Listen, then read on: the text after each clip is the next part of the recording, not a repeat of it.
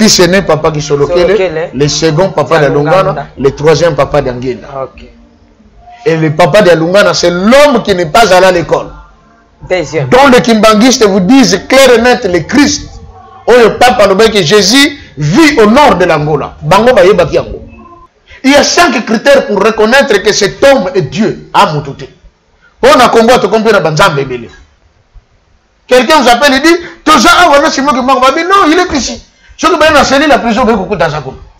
Mais oui que l'homme sait zaka que mon gars comme profiter pe hein azola ta vie en d'autres bimela abi. Et bana tata qui sur lequel à peine 7 ans bakangi a que prisonnier na boma.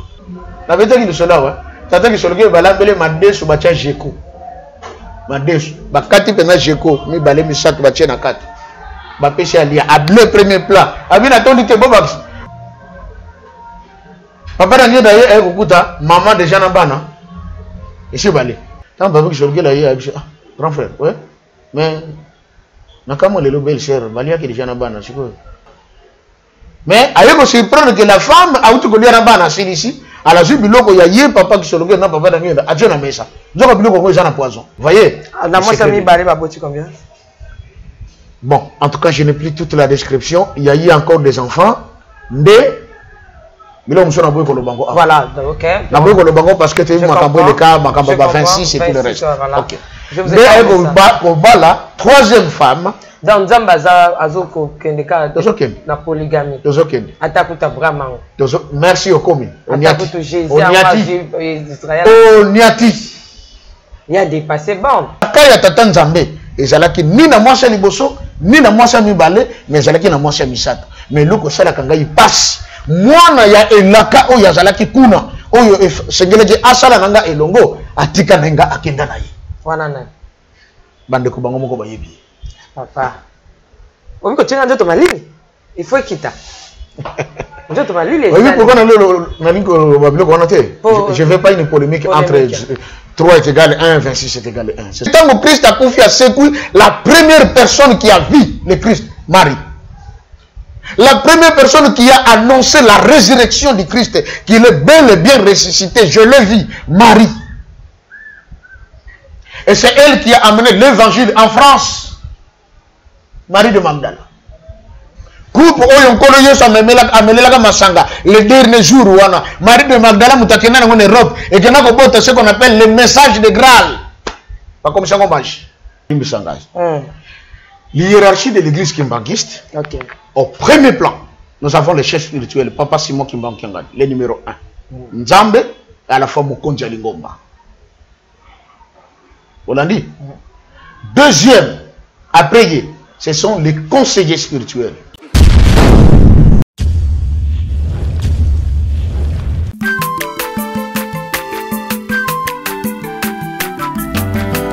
Mwana moto te po akosangai abongwani pete po awangata Nzambe ya le Nazarien, le Nazarien, le Nazarien, le Nazarien.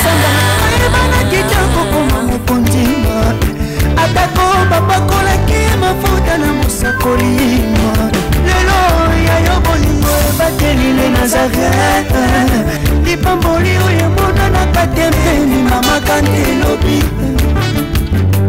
koleke mapapu masope mafuta tokokesika na elongo na Nzambe oyo babenga na makomi Jésus. Il est sans pareil notre Dieu, il s'appelle Jésus-Christ de Nazareth. Nous vous disons bonjour et shalom chez vous, peuple de Dieu amoureux et amoureuses de Jésus-Christ. Nous vous aimons beaucoup et bienvenue déjà chez les Nazaréens avec la vôtre, maman Tiffany, la princesse de l'Éternel. Tout ensemble. Mais nous continuons toujours avec ces démarches de l'émission de découverte dont on a bébélé pour découvrir sur la personne de Papa Simon Kimbang, aussi l'histoire de l'Afrique et la RDC n'est pas épargnée dans cette affaire. Toujours avec Papa Joseph, d'ailleurs c'est bel et bien lui. Mon invité spécial du jour ces derniers temps. Yenda Zopisa Biso Boye, comme dit les Bas-Congo, dans les Congolais, voilà. Donc, Boye Beza, Namabo Konaï ces derniers temps.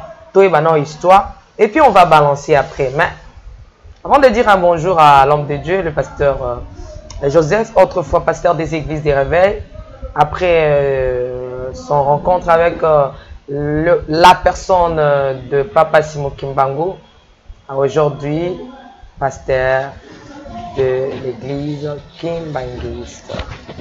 Alain Kiakala derrière la caméra, Gira Mokwa, balancez-nous un élément pour la gloire de Dieu et on se retrouve tout juste après.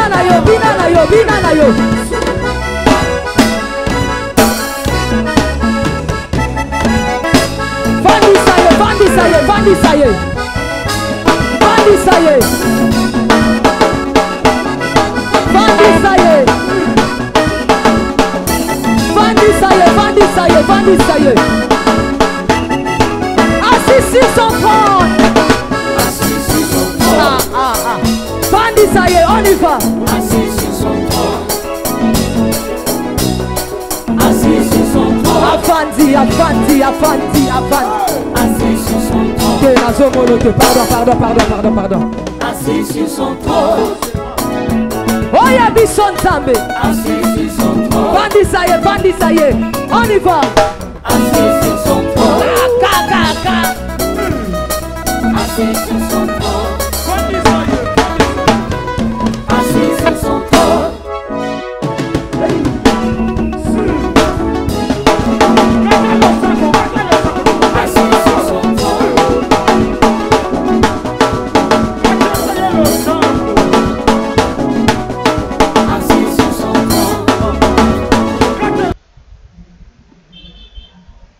Naoto la conférence na Congo central. Les thèmes étaient Papa Simon Kimbangu est-il réellement Dieu? J'ai prouvé ça aux gens. Bah pasteur, il y a réveil, il y a protestant, bah prêtre, bah yaki na conférence. Mais personne n'a contesté. HD Kimbangu Pro, moi je ne viens pas pour contester, mais je viens pour témoigner. Et dire que ce que l'homme de Dieu a dit, c'est la pure vérité. Il y a 5 critères pour reconnaître que cet homme est Dieu. Amutute. On a combat to compter na banzambe bele. Mutakobi makabo on a zanzambe. Tato ke no kutana alobino wa zanzambe. N'est-ce pas? Il y a zanzambe, il y a Zakimbang. Mais il y a 5 critères maman Tiffany pour mututo ba que tata on nga vendre à zanzambe. 1. Il doit être omniprésent. 2. Il doit être omniscient. Omniprésent, donc Moutaja présent partout, au même moment, beaucoup mon aïe. Au lieu à écouter maman Tiffany, au Québec, dans la Katanga, au Québec, dans les États-Unis, au côté maman Tiffany. Est-ce que Kimbangu l'était? Oui. Maintes reprises. Maintes reprises.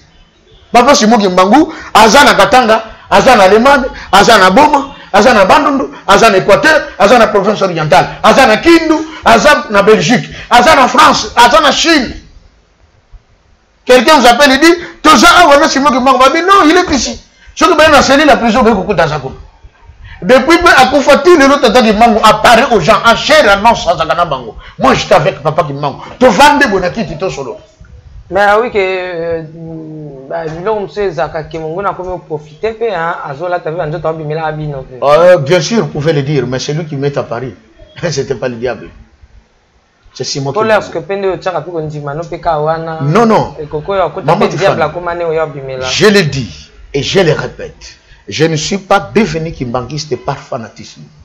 J'ai vu des choses qui ont dépassé mon entendement. Merci Papa Joseph. Namoni pour na wana pour na lelo.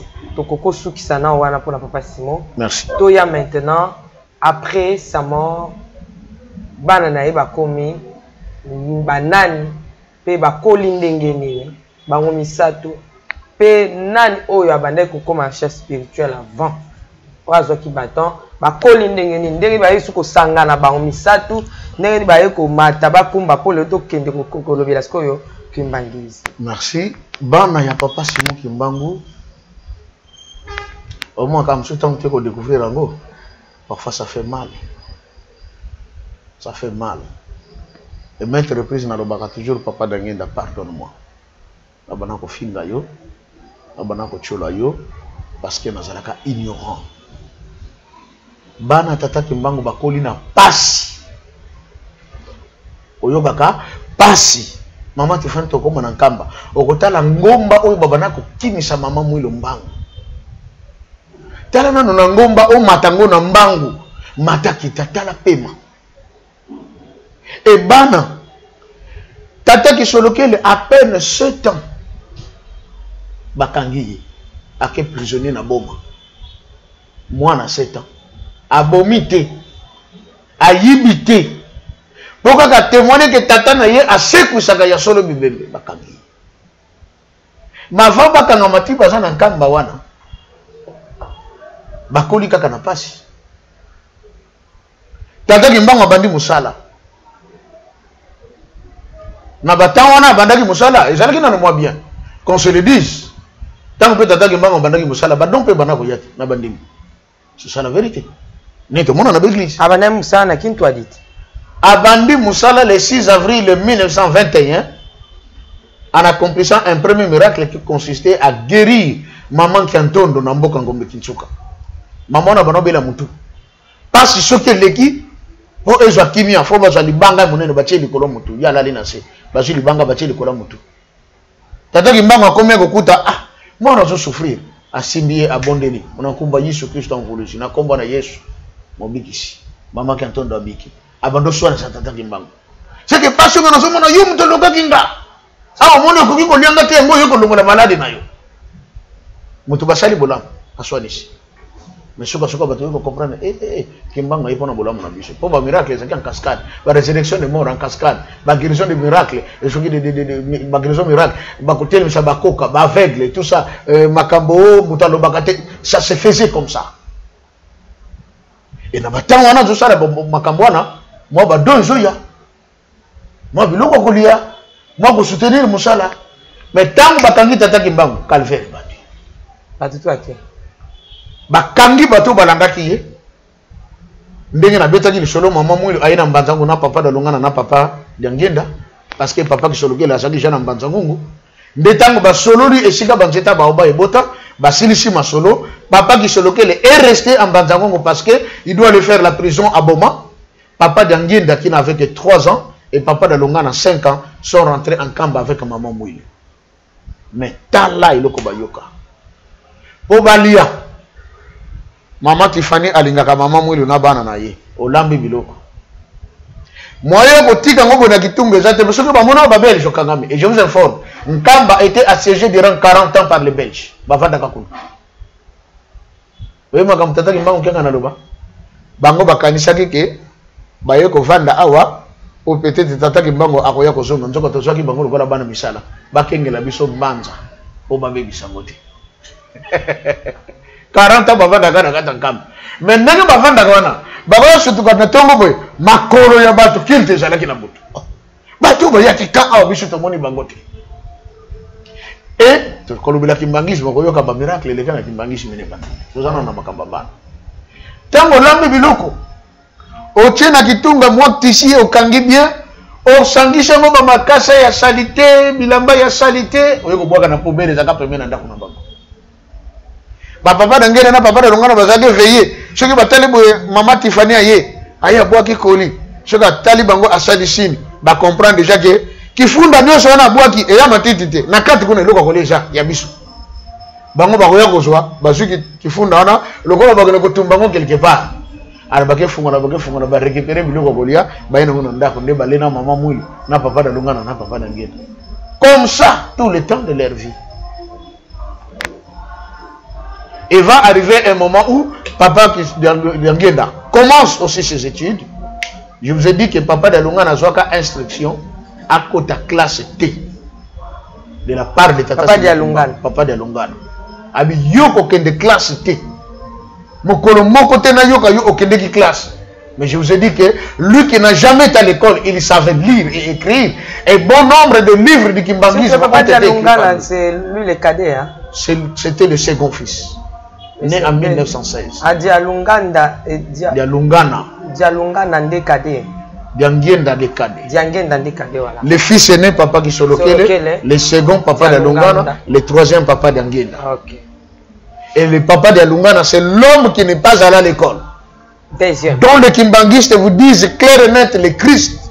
Oh le papa le que Jésus vit au nord de l'Angola. Bango ba yebaki yango. Mais biso c'est vrai, toujours c'est la colère ça comme on a mapata. Toujours qu'il y a des mouké na moko na moko. Mais ba koli bongo na passe, papa d'angenda continue classe et comme il a niveau, faut que nous continuer ba étude na yé. Mais alors que nous continuons balbi comme son grand frère a na colonie scolaire de Boma. Atanga kakuna mais il est là comme prisonnier sous la surveillance du gouvernement colonial. Alors que son frère aussi aille le rejoindre. C'est là que papa d'angenda va quitter Nkamba pour aller aussi à Boma, continuer ses études à la colonie scolaire de Boma. Curieusement, ils ont maltraité, mais ils étaient les enfants les plus intelligents de l'école. Et par anecdote d'ailleurs, mon kolomoko, papa Simon Kimbangu, a eu sa bango, lobi boya na il kuna shika tokuta na kato solo. Et tant que nous na il wana, il ngo babé ce qui sacramente, ce qui sacra. Et na kombo moko sacra quelque chose comme ça. Ce que ça na Boma. Oye quartier mo babenga ka Fisher côté bateka bambisa mai banyama zamba na fleuve kuna ili moko zana kati zamba moko za wana tata kimbanga bandako ya wana akosona na papa Gisologele na papa d'Alunga na papa d'Angena mais tout le monde a traversé mai na nini na vélo so même pas que soya tata na bango ya na leki ba matina vélo likola fleuve ba pédaler les gens bon mal les regarder tala bana kibango ba oui na zula maza vraiment na ba vélo ba ketina il ba ko vanda kuna ba sona na tata na bango sili ba ko zonga un jour tata kimbango dit le biboya to ko solo là ce même jour là il y avait match à l'école papa d'Angenda était un bon joueur au moment tela motema yemu tachaka babi professeur na ye belge sango alobi d'Angenda tu dois être bien non mais monsieur le professeur j'ai un rendez-vous quelque non tu dois jouer à côté de la balle pou nda mutakoi abukani na abukani papa d'Angenda abukani lokolo rotil oyo est déplacé ko le bukani aïe d'Angenda s'est fracturé la balle wabi bon photo sala tout à l'hôpital à zo basoin makamnyoso batie moi tel bakangi en attendant bakocha plate lobi na tongo papa d'Angenda ye classe le correspondant normal tata na yaki ko bigse na butu fracture livre rotire zongi de sika nango sango tel d'Angenda c'est quoi mon père était venu il m'a guéri c'est qui bango finalement on ne comprend rien avec lui hein la vérité qui cela ouais tata qui soloke balambele madesu bacha jeko madesu bakati pena jeko mi balé mi sac bacha na kati ba pesi ali a bleu premier plat abina tondi te bobax babaki c'est déjà bi voilà poisson baksa ma degré tongo tani ba mona boye ya école parce que les haricots que vous avez donné oui j'avais mis mais il est là il est vivant est-ce que il y a encore une partie qui est restée oui on va faire le test ba pesa madesu na mboa le madesu mboa kofi mais qui se regarde les madés sont vivants. tata qui sont le baquet, babi moi na photo ça le lavage de cerveau. Après ça na makamba tata na ye. Ba sali nyonso ça tenait pas. Babi bon. Comme je suis moi to laisser na bangando. Baké beta balle kota il et sika bangando basalaki. Balle benga sanga beta na go. Wa nakata bay. Solo kele mon père, allez va chercher le ballon. A beta plonge na mai. Abia c'est fini bangando basu. Basu to bata la bo ngando pena che mo Kongo ba tata ki solo kele vandi likolo mo Kongo. Ngando paka ti kota balle. Tata ki solo kele jimbal. Kozonga bana kozonga muto na nzela na. Sauf kipe. Bon ngando azwana ki solo kele azara mo Kongo ne. Ngando tango bima na mokili. Abiki ki solo kele est-ce que biso to bika? C'était des faiseurs de miracles tout en étant enfant. Bana tata ki bana. Pourquoi ce baptême catholique? Message est dans Kinshasa et pas gouverneur général. Gouverneur à Bengi Belgique. Belgique et Bengi Vatican. Réponse, il n'y a pas par le but. Une bouteille pleine n'a pas besoin d'être remplie. On le bâtit déjà. Et voilà, Bana, Basili Siklas, Papa Dangenda. C'est le gouvernement belge. C'est compliqué. Bakangi bango ke bazala ba prisonnier, entre temps bazo tangisa bango na bango moko. Omoni nzambe, il les a fait travailler. Et on a le bagi, ce n'était pas le belge qui a arrêté Tata Kimbango. Mais c'est lui-même qui a fait son jeu pour que Makambango le gela bongo.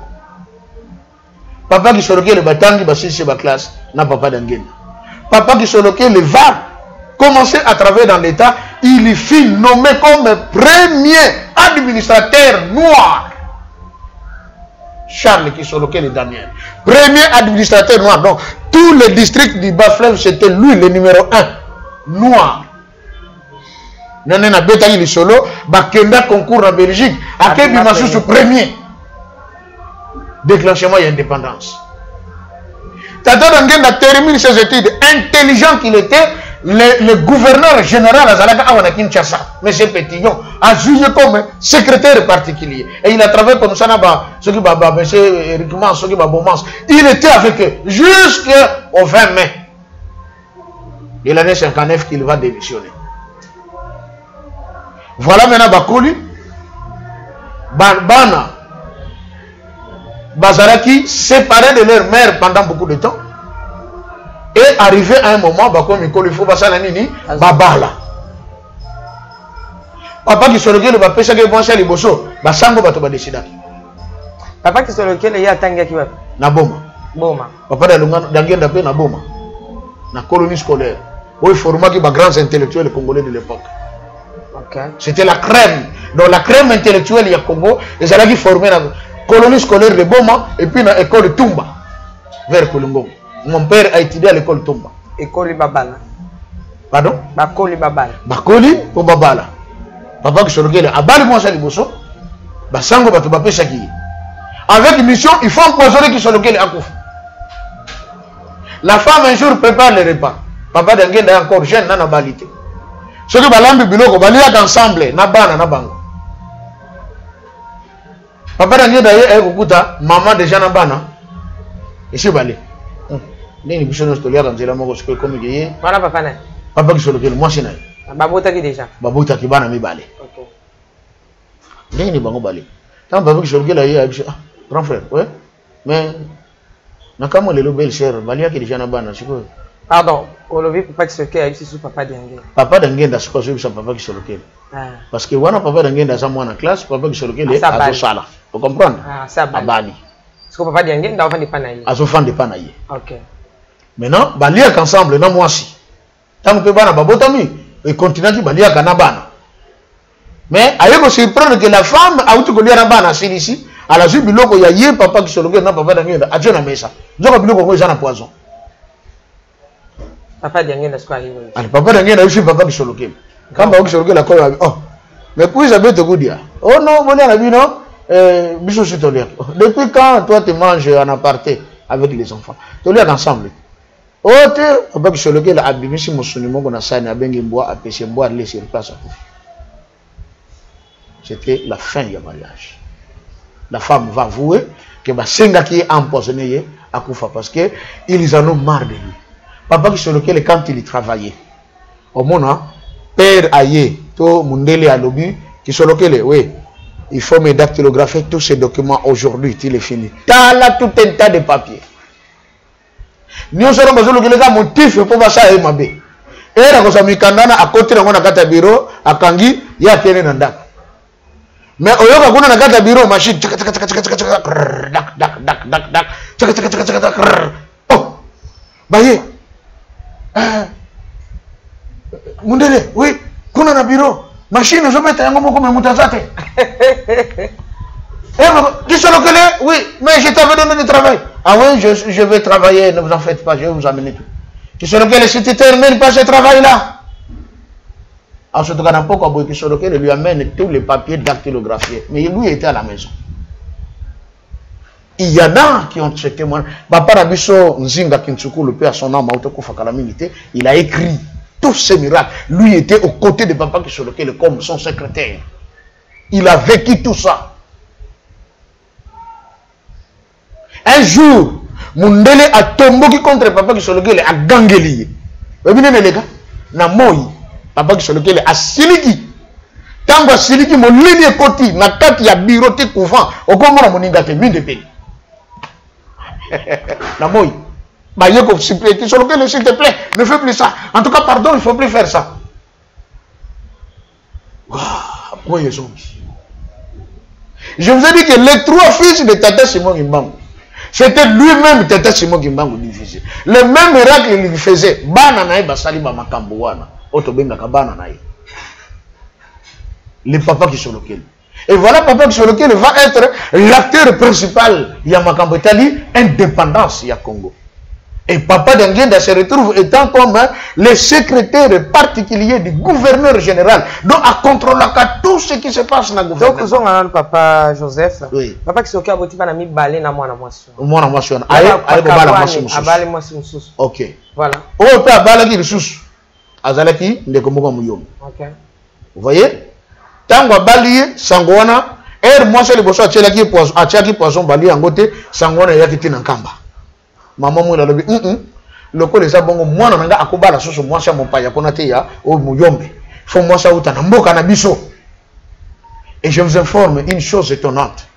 Bana ya papa Simon Gimbangu bango misato basi babala bauta kaka mboka moko mboka no babenga ngo Lukengo. Mwasi officiel ya papa Kisolokele muta Lukengo. Mwasi ya papa de Longana muta Lukengo. Mwasi ya papa de Ngenda muta Lukengo.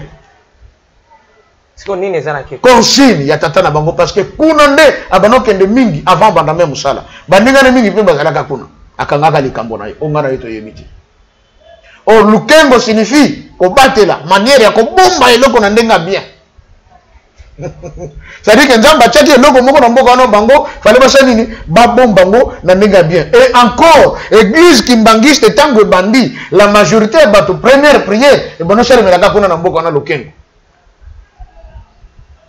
Voyez? Bon, en tout cas, je n'ai plus toute la description. Il y a eu encore des enfants. Voilà, ok. Parce que tu as eu le cas, 26 et tout le reste. Ok. Voilà, troisième femme. Dans Zambaza, Azoko, Kendeka, la polygamie. Merci au commis.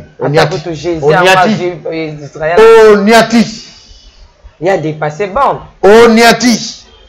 Tant on a kenan de Frank Stema inankamba.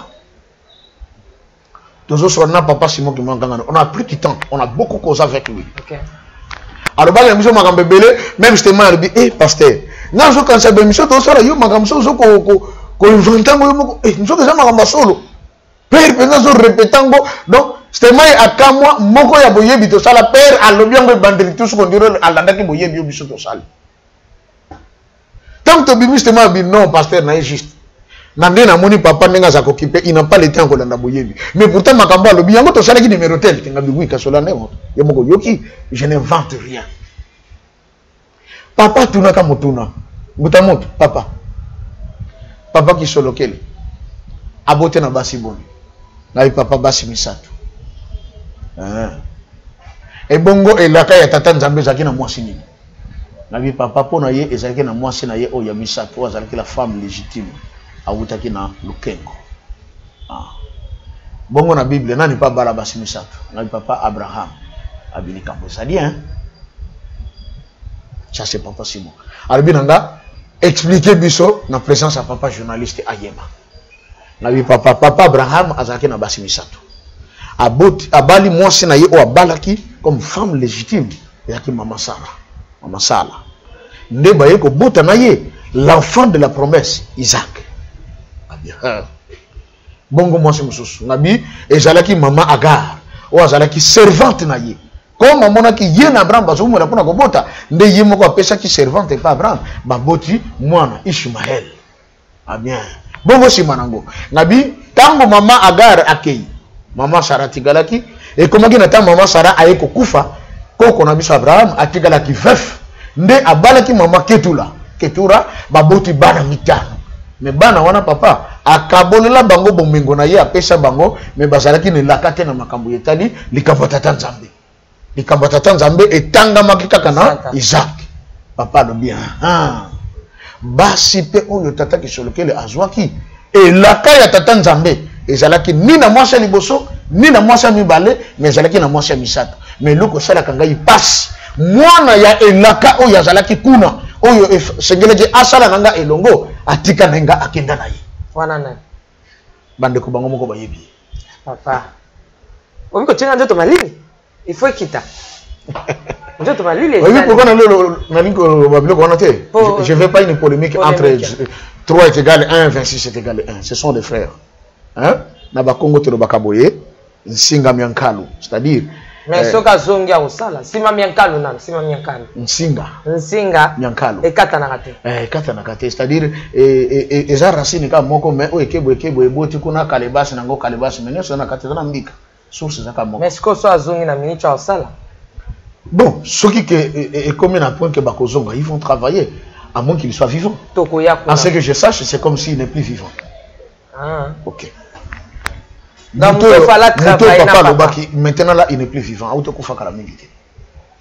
Il y a papa qui sonne. Mais Kamba Bolela qui? Oui, mais c'est un frère. Balunga qui? Basali, oh, il y a Bango Mouvement. Il y a une loi hein, au sein de l'église Kimbangi. Na éclairci na bandeko balanda kalibanda ba comprendre kate. Na l'église kimbangiste. Même ngaine na zabo en tant que mosali ya Nzambe.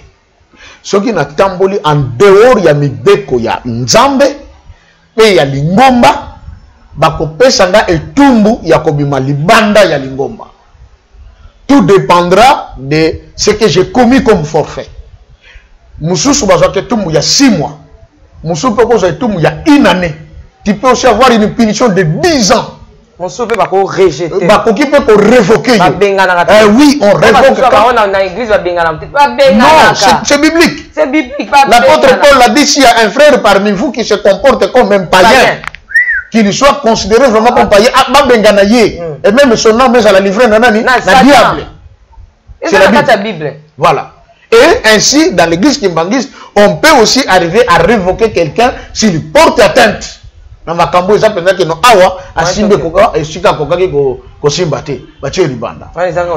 y a un principe. Ceux qui battent les bandes, il y a l'ingomba.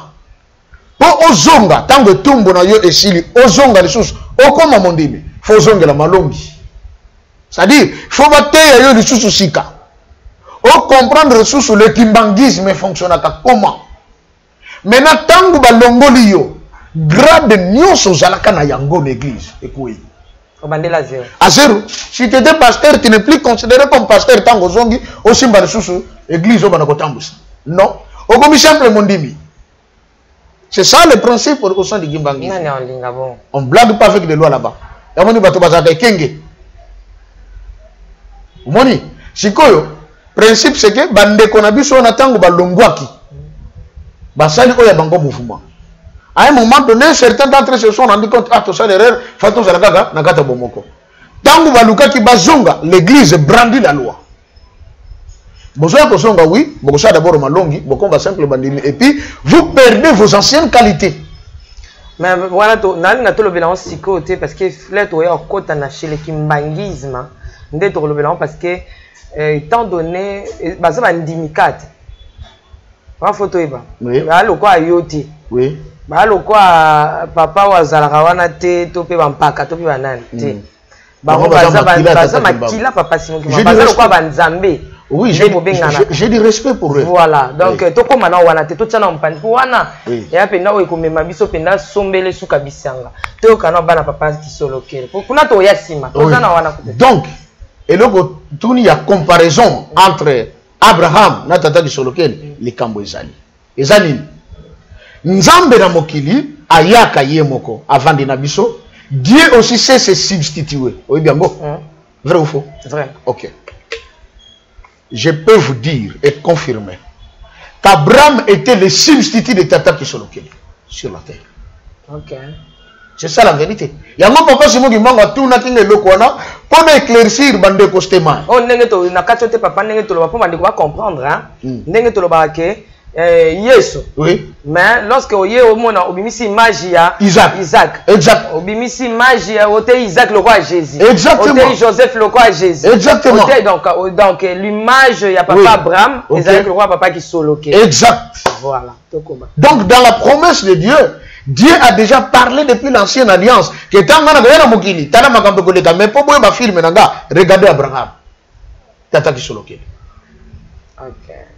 Et Olimbola ngo bien Isaac tango bataki na ngomba atunaki mais papa koni yango yo moto mais où est le sacrifice où est l'agneau abi l'Éternel lui-même pour voir même bimaki Isaac azalaki épargné parce que il est interdit selon Dieu il y a pour sacrifier un être humain na hôtel comme offrande et pas nzambe et j'insiste encore pour dire que bato batumba ka bato soki moto akofi ba kometaka lisumu il n'est pas recommandé que l'homme soit incinéré. Il est dit dans la parole de Dieu, qui est poussière de la terre qui retournera dans la poussière, dans la terre. Bon, de quoi Islam bakundaka. Ba indien de batumbaka.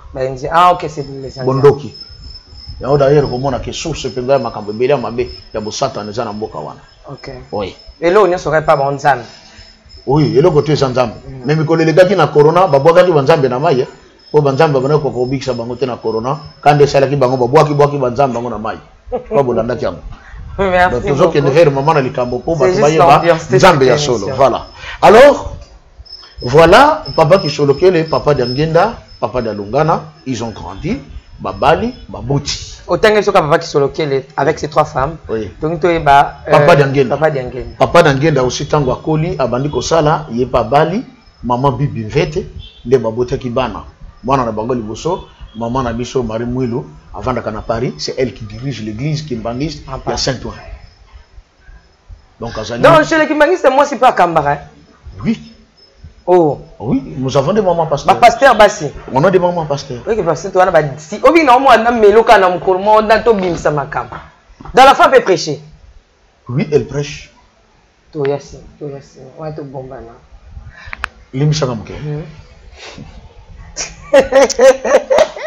La Bible que nous lisons, elle est incomplète. Savez-vous que Marie de Magdala était apôtre? Marie de Magdala azalaka moko ya apôtre yankolo Yesu. A recruté qui est après. Marie de Magdala a écrit. Mais bazo évangile na ba bombi. Le bimi. L'évangile selon Marie de Magdala. Azo décrire bon Nzambe ya Christ. Et vous verrez tant que Christ a confié à Sekoui, la première personne qui a vu le Christ, Marie. La première personne qui a annoncé la résurrection du Christ, qu'il est bel et bien ressuscité, je l'ai vu, Marie. Et c'est elle qui a amené l'évangile en France. Marie de Magdala. Groupe Oyonkolo Yesu amelelaka masanga le dernier jour wana Marie de Magdala mutakena en Europe et kena ko bota ce qu'on appelle le message de Graal. Pas comme ça qu'on mange. Papa pasteur batanga kamingi. Baso kana ko tanga Bible te. Mais papa place ko kanga meza awa question est. Oui. Pour comme une réflexion des autres mba aussi ko. Merci. Maman na biso comment nani l'homme de la servante de Dieu. Maman Marie Mouilo. Maman Marie Mouilo. Il y a un pasteur qui est là, mais elle est là comme la conseillère du chef spirituel. Yakuna. Conseillère du chef spirituel. Conseillère. Mais pasteur Azakuna, Aza. Mobile. Ok. Lekina ya na etona. Ya famille. Non. Mundibika kande Aza pasteur. Mundibika Aza pasteur. Oui. Sur il y a une lignée ya ba Nzambe. Pasteur Ananguma Melakayeto, dans la culture kimbanguiste, on connaît le kimbanguisme. Le kimbanguisme n'est pas seulement une religion, c'est une civilisation. C'est un nouveau mode de vie. Le jour que le Congo va copier le kimbanguisme, Congo est bongi. Je le dis et je le répète. Jour Congo est copier kimbanguisme et bongi. Parce que, vous comprenez? De deux, respect à mon bec kokota. Dans le kimbanguisme, nous sommes allés récupérer ce que nous avions perdu dans le royaume Congo. Dans le royaume Congo, c'était obligatoire. Moutou akoki koloba devant oya tombomi en dignité te yako telema. Vous voulez voir le roi, vous devez vous mettre à genoux. Et ça, adoration, on a confondu. Exode chapitre 20. Okay. Tu ne te feras pas d'image taillée, ni de représentation quelconque des choses qui sont en haut dans les cieux, en bas sur la terre. Tu ne te prosterneras pas devant elles pour les adorer. Donc, les images taillées, Dieu dit non. Parce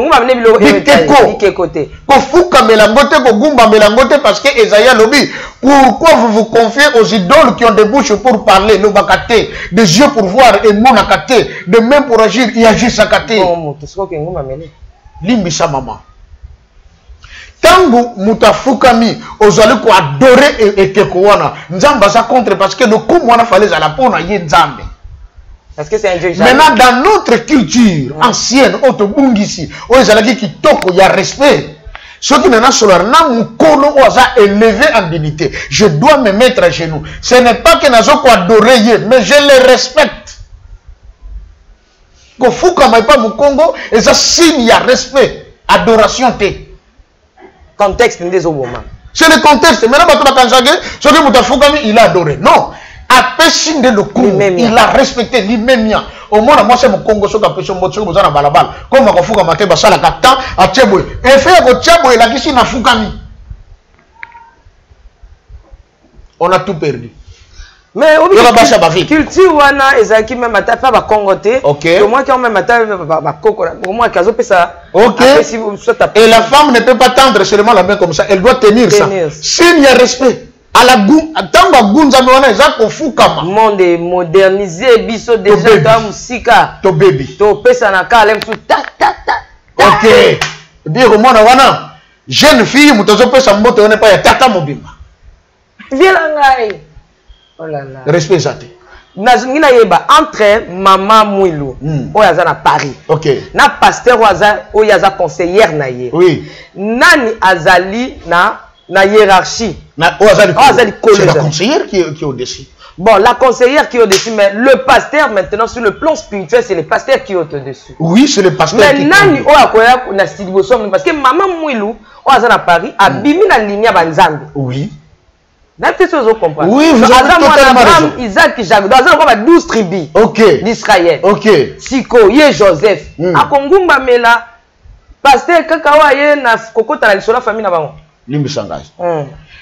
l'hiérarchie de l'église kimbanguiste, au premier plan, nous avons le chef spirituel, Papa Simon Kimbankiangan, le numéro 1. Nzambe, et à la fois Mokonja Lingomba. On l'a dit. Deuxième, après, ce sont les conseillers spirituels. Donc, les frères et sœurs consanguins. Après Bango, vient le cabinet du chef spirituel. Oyo ezali comme en aparté, mais tango kiti na ligne, à la tête maintenant de l'église se trouve le responsable numéro 1 qui se charge des départements de l'évangélisation mondiale. Parce que toute l'œuvre de l'église est dans l'évangélisation. Et ce pasteur qui s'occupe de l'évangélisation mondiale, c'est un premier suppléant. C'est que vous avez un département, hein? Oui, je suis membre de ce département. L'évangélisation. Vous voyez? Maintenant, après, vient maintenant le département et le mouvement. Tout ça, mouvement, il y a ma scout, il y a ma pied gauche, il y a ma croix rouge, tout ça, ma chorale, département, choral, koreki, jeteki, dirigeant, et ainsi de suite. Tozana makamba caisse, tozana. Oui. Tozana na makamba ya commission de discipline et tout ça, et conciliation. On a des services de protocole. Tout ça, et ça inclut. Mais ayez après, et ça sous le contrôle de celui qui chapeaute l'évangélisation. Alors, le pasteur, Azali en dessous de la conseillère. Ah, donc c'est qu'il t'attendre cahier. Ah oui. Ah, ok, parce que après papa, ce sont les conseillers. Ça va conseiller. Ok. Donc nous tous, on se prosterne devant. Devant le conseiller. Ok. Ok. Yangona, ce qu'on a en Kamba, ce qu'on commis, tu fous comme devant papa, ou tu fous comme devant son conseiller. Et ça dit quoi adorer que oh non, n'a faut comme devant le conseiller parce qu'on a commis ça dans Zam. Nous on sait la nature ya batona basa banane. Mais tant tu fous comme la première impression, c'est le respect.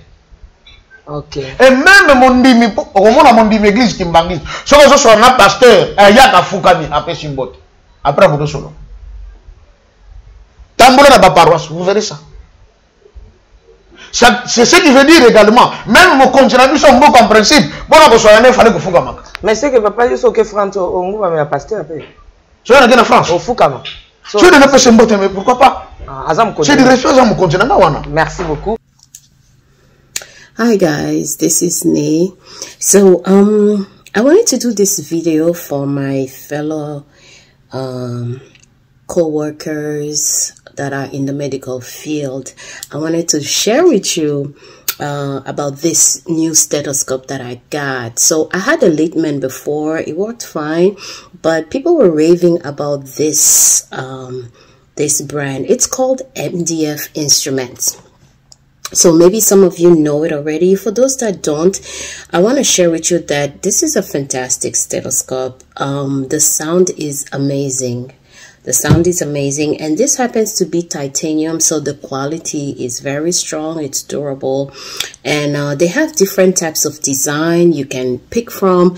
I chose this because I really like it. It's the breast cancer, and I love the fact that it has these encouraging words on it. It says strength, courage, faith, hope. So I love it. And then this one is amongst those that you can engrave. So I have engraved my name here, so you know we all know it belongs to me, and I have a Bible verse here. Okay, so in these times I think we really need to be encouraged, and that's how I get encouraged. Now the very interesting thing about this one, this style here, they have different styles. So this one is called the MD1 Epoch. So the MD1 Epoch is very interesting because you can actually change it to the adult, from the adult to the pediatric, just by changing either the diaphragm or here, hold on. So here I have a pediatric diaphragm here, which I just changed. So you see, in my specialty, which is labor and delivery, I deal with mommies and babies. So this is pretty awesome. Okay, so for those of you also that deal with both or interchangeably, whatever the case may be, or you just need a pediatric on the side because you never know, I suggest that you do like me. You could get the adult, which is this. Wait, let me twist it back. And you get the pediatric, which is in a clip like this, and you can replace it whenever needed. All right, so I hope you guys enjoy this, and if you need to purchase one, or if you want to purchase in group, please contact Jesse at 818-940-1692 extension 204. Tell him that Nate sent you, so you could get a 15% discount. All right, I know we guys love the discount, and please share with your buddies because you know we all love to have these little perks. Okay, God bless you, and continue to do the amazing job that you guys are doing. You know, people need us, and let's continue to show them some love. God bless you all.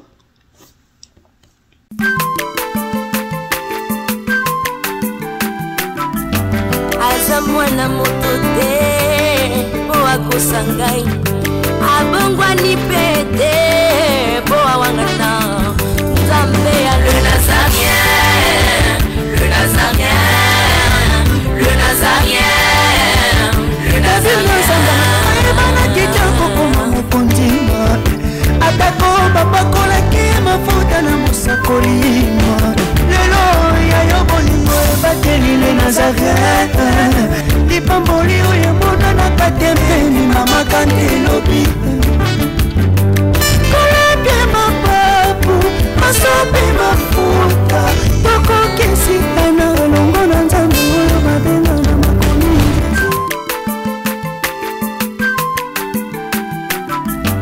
aza mwana moto te po akosa ngai abongwani pe